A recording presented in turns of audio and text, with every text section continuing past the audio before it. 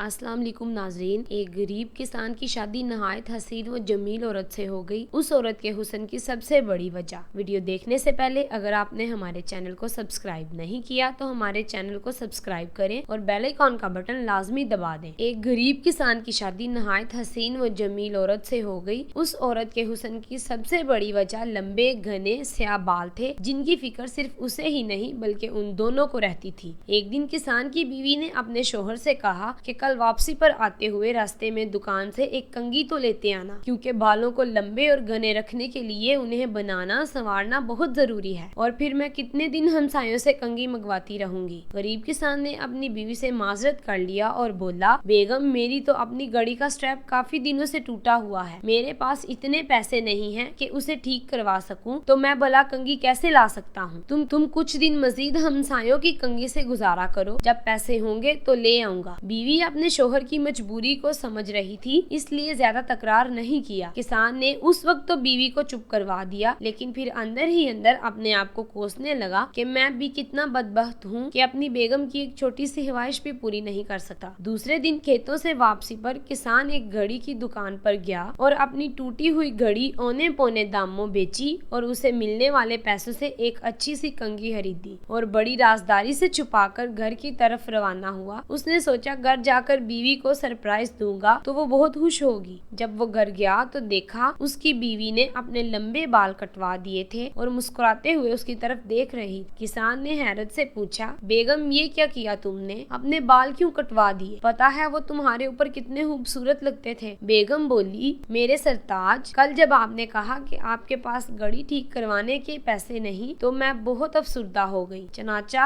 आज मैं करीब के ब्यूटी पार्लर गई थी, वहाँ अपने बाल बेचकर आपके लिए ये एक घड़ी लाई हूँ। जब किसान ने उसे कंघी दिखाई तो फरते जज्बात में दोनों की आंखें नम हो गईं। मोहब्बत सिर्फ कुछ देने और लेने को ही नहीं कहते, बल्कि मोहब्बत एक कुर्बानी और एहसार का नाम है, जिसमें अक्सर अपनी ख्वाहिशात और जज्बात को सिर्फ इसलिए कुर्बान कर दिया जाता है ताकि रिश्तों का तकद्दुस और एहतराम बरकरार रहे। इस वीडियो को लाइक और शेयर करें। शुक्रिया।